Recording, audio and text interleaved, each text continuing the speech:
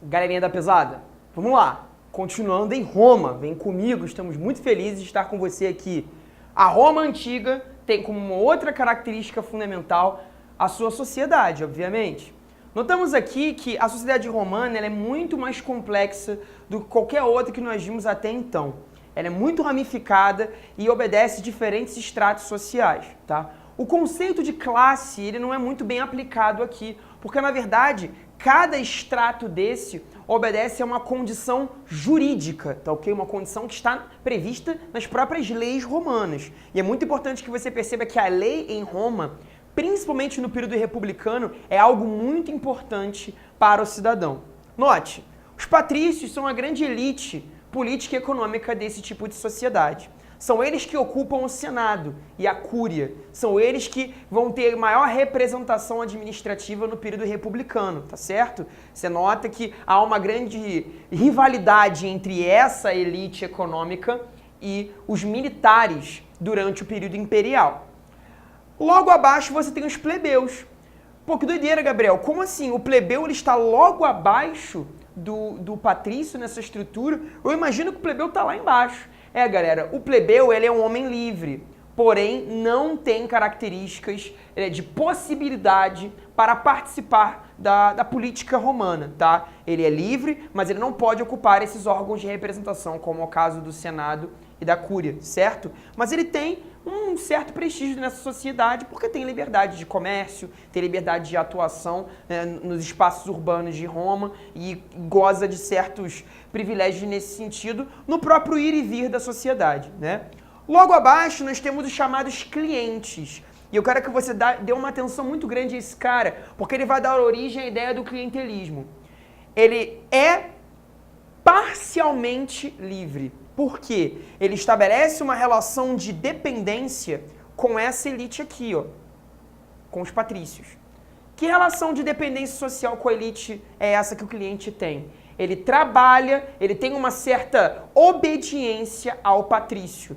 E você nota que no futuro, lá na Idade Média, essa é uma característica do Império Romano que vai dar origem à ideia da servidão medieval, não é? O clientelismo ligado a esse tipo de extrato social. É o indivíduo que tem um laço de dependência com os patrícios e que nesse futuro, lá a partir do século V depois de Cristo, dará origem a essas relações servis que o homem germânico medieval vai pegar emprestado do romano. Então você já está notando, gente, que a Idade Média ela tem características romanas também. E lá no módulo de Idade Medieval isso vai ser muito útil. Então tenha isso no seu coraçãozinho.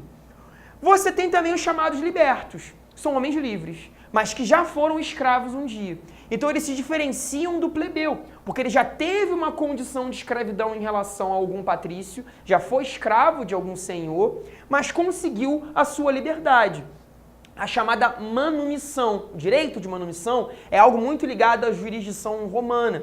E você pode ser liberto pelo seu senhor por vários motivos, inclusive uma concessão do próprio senhor ao escravo. Você tem escravos que também acabam conseguindo sua liberdade por próprio mérito, por participação gloriosa em algum conflito. Então, realmente, a sociedade romana, ela tem essa elasticidade, né, que você nota. O cara pode ter sido escravo um dia, mas ele pode conquistar essa liberdade pelo próprio amo ou por um traficante de escravos, por um vendedor, por um comerciante que o libertasse por conta própria. Você nota que a atividade dos gladiadores, muitas vezes, transformava esse gladiador, que era um escravo, porque está sob posse do César, está sob posse desse senhor, e vencendo alguma luta de forma gloriosa, tendo uma situação de destaque ali, como é o caso do escravo Máximos, né, que é retratado lá no Gladiador, do Russell Crowe, ele se torna um liberto. Ele não tem os mesmos direitos que um plebeu, porque ele deve certa obediência a esse patrício,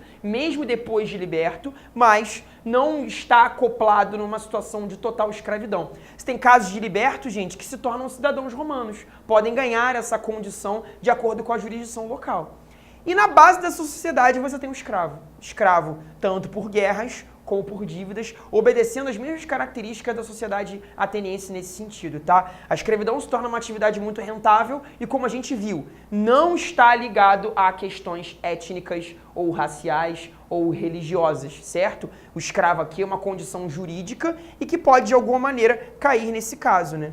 por mérito ou por concessão do seu próprio amo, se tornando um liberto. Então você nota que é uma sociedade muito complexa, né, gente? E realmente essa complexidade toda aqui vai dar muito pano para manga para o desenvolvimento da cultura medieval. Não se esqueça, a sociedade romana ela contribui muito para a formação do homem medieval a partir do século V.